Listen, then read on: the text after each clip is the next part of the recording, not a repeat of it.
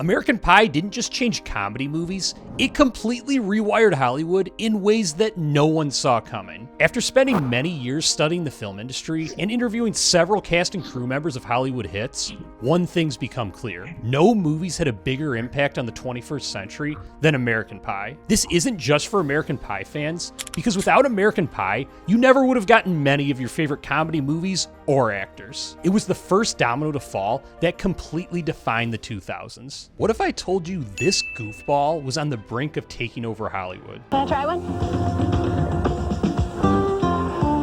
All state last year. See ya. More Sunny Delight goes great with humble pie. But if it weren't for American Pie, he never would have escaped his jobs at Home Depot and California Pizza Kitchen. That's right.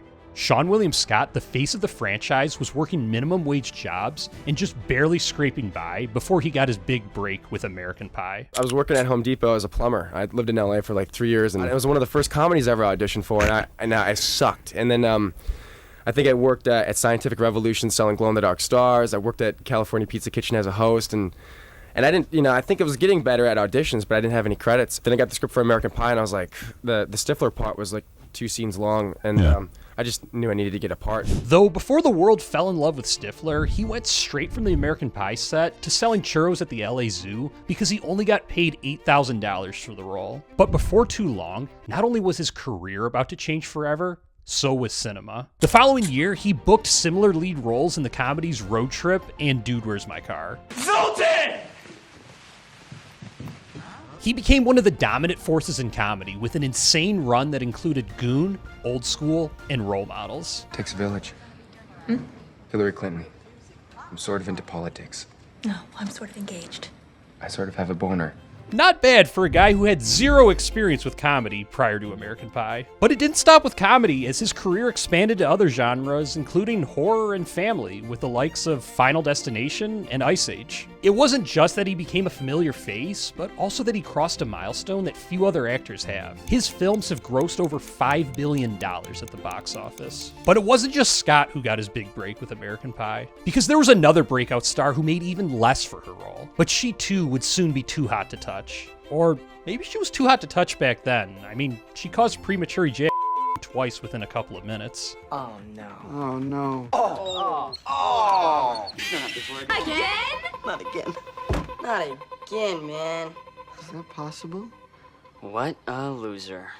Shannon Elizabeth only got paid a couple $1,000s for the role of Nadia, but I guess they overpaid her because apparently she would have done it for free. So I was so happy to book a role in a studio film. Like, who cares about money? That's great that they're giving me something for it. Like Scott, she'd take the world by storm and starred in several comedies such as Scary Movie and Jay and Silent Bob Strike Back, while crossing genres with 13 Ghosts, Cursed, and Night of Demons. Oh, and along the way, she became a recurring character on That 70s Show. But these weren't one-off cases, as Jason Biggs, Allison Hannigan, Natasha Lyonne, Tara Reid, and Eddie K. Thomas all got their big breaks with American Pie and would go on to have highly successful careers. And the dominoes didn't stop on screen. Producers Craig Perry and Warren Zide got their big break as well. Thanks to the success of American Pie, they would go on to launch the Final Destination franchise, which they're still producing today. As you see, American Pie had a knack for transforming a bunch of nobodies into stars across Hollywood.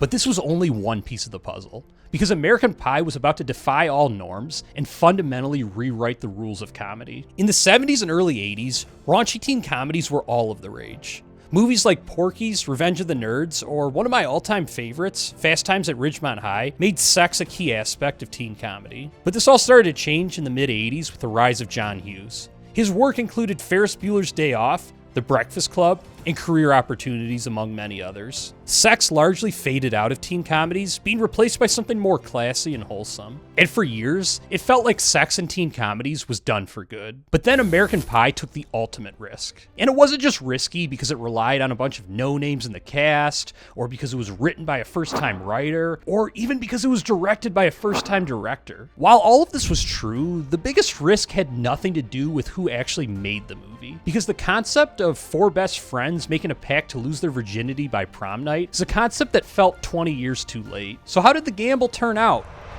Well, saying it paid off would be an understatement. Because off of an $11 million budget, the movie grossed over $235 million. The success sent shockwaves through Hollywood that were so massive that you would have been laughed at if you even predicted 10% of what was about to come. Immediately, there was a rush to replicate the success with Road Trip and Dude, Where's My Car? Then came American Pie 2 and Not Another Teen Movie. And from there, the imitations kept coming with the likes of Van Wilder, Euro Trip, Sex Drive, and everyone's favorite, Superbad. It's 10:33. Here.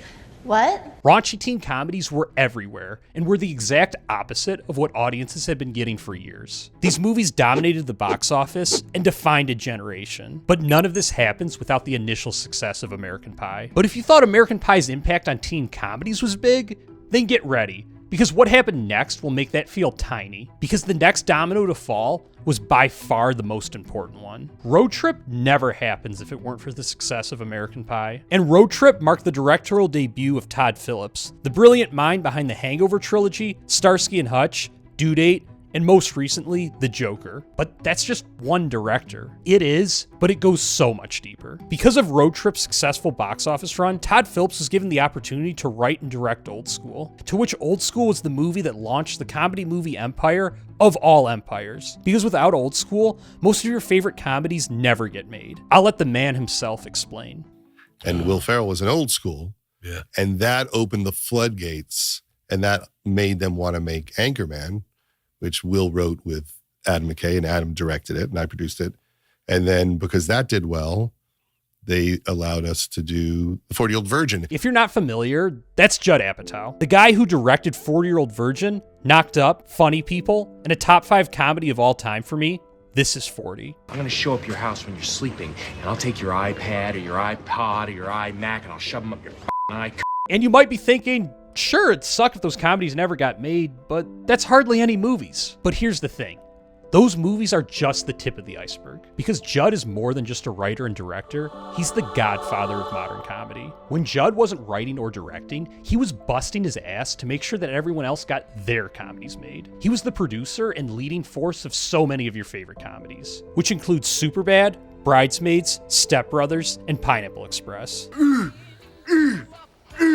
And that's only a fraction of the movies he's produced, as he's produced over 20 comedies. And that's not to mention all of the Apatow adjacent films that he had no part in, but were made because of his success, such as Role Models, I Love You Man, and Ted. But literally none of this happens if it weren't for the success of American Pie. All of this probably has you wondering, what the hell even happened to comedy movies? Well, if you want to know why this era ended, and what needs to happen to bring back another great run of comedy movies, then you can check out my breakdown here.